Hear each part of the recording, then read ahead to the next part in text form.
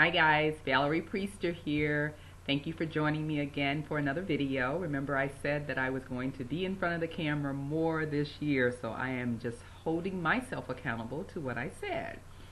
So I hope, first off, that everyone is doing well. I know there's a lot of bad weather going around, a lot of snowstorms and winter weathers that are causing a lot of havoc in a lot of parts of the U.S. So I hope everyone's doing well and that you're safe and that you're snuggled in your home and you're taking care of everything. My husband actually started a fire tonight for the first time, and it was really, really good to have a fire. I love fireplaces, love them. And we're a little bit warmer here than I know most people are, like in the Midwest and in the northern states. But they're talking about tomorrow our temperature is supposed to be 7 degrees. I am so hoping that's not true. So anyway, I hope you're all safe, and I hope you're all snuggled up with your family and friends or however it may be. But just make sure that you're safe. So I wanted to come and do a very quick, short video to start what I am going to call a mini series, just a very brief mini series.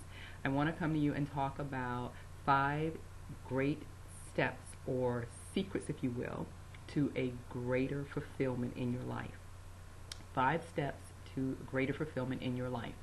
I know that there's a lot of people that are struggling. There's a lot of people that are in bondage, worrying about day-to-day cares of the world, things that are going on in their lives. And you know what? The bottom line is this: there's always a way out. There's always hope, and especially when you're a believer and you're a child of God. One of the things and one of the promises of God is that He's given us everything pertaining to life and godliness.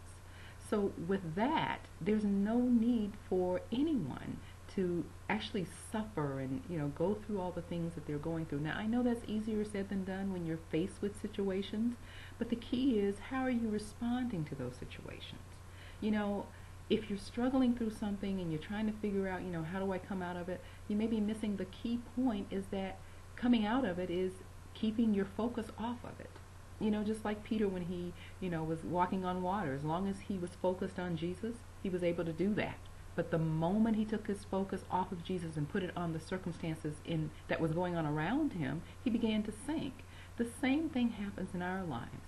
You cannot keep your focus on your circumstances. I always say you get what you focus on. So if you find yourself, talking about your circumstances every day, day in, day out, every time someone asks you, how are you doing, you rehearse it again, day in, day out, you're speaking that over your life. So you have to be careful what you speak over your life, because your words have power.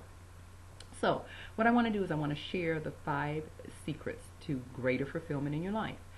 Secret number 1 I'm going to share is really, really getting in touch with who you are. You have to discover the real you, who you really are. And that takes work. That takes soul searching, digging deep, understanding who you are, why things have happened in your life, and what has been your response, and what has been the lessons that you've learned over time. How you can actually get in touch with who you are and really start to understand, who am I? Who was I created to be? I like to say, look back over your childhood. There were some dreams that you had when you were a child. And you probably, kind of put them on the shelf or put them away because someone probably told you, oh, that'll never happen or that can't happen. But think about it for a minute with me. What did you dream about becoming when you were a child? What was it that you said, when I grow up, I'm going to be what? What are you going to be when you grow up? For me, I remember saying I wanted to be a teacher. I remember having my Barbie dolls and lining them up on the couch and teaching them. I wanted to be a teacher. And so here I am today. I'm a coach, but it's very much the same. I teach. So when you think about it, think about what you used to dream about. And then one of the other things that you need to do to really get in touch with yourself is find out what your core values are. Do you know what your core values are? A lot of people don't know what they are. They've never even heard of them. But if you don't know what your core values are, there may be things that you're doing in your life that go against your core values, which is why you still feel a sense of unrest, a sense of uneasiness, never being satisfied, always feeling like there's something missing and you're searching for something. Maybe what you're doing is going against your core values. What are your non-negotiables? What are the things that you will not tolerate in your life? This takes work. Soul searching and digging deep really takes work. What you really have to look at too is you have to start to look at setting some goals and some action plans to change some things in your life. If you never change, nothing else will change in your life.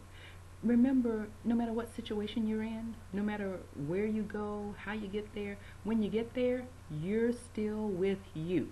So if you don't change you, nothing else will change. So one of the things that you have to do is look at setting some goals, making some action plans on how to change the things that you don't like in your life. If you're having a hard time doing that, or you're having a hard time sticking with the action plans that you've made, maybe you need to hire a coach.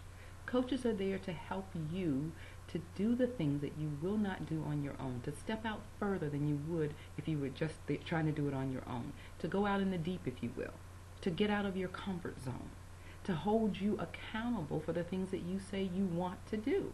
That's what a coach is for. So maybe you need to hire a coach. But whatever you do, you need to start making a plan to change your life. And starting with discovering who you are is key. You have to know who you are. So I hope this hasn't been too long. I also did a blog post on this subject, so I will leave a link below so that you can refer back to that blog post. But stay tuned for part 2, or the next video that will talk about the next secret to how do you have a life of fulfillment. So join me for the next video, and as always, take care, God bless, and especially be safe, and make sure that you and your family are safe in these trying weather times. God bless you. Have a good evening.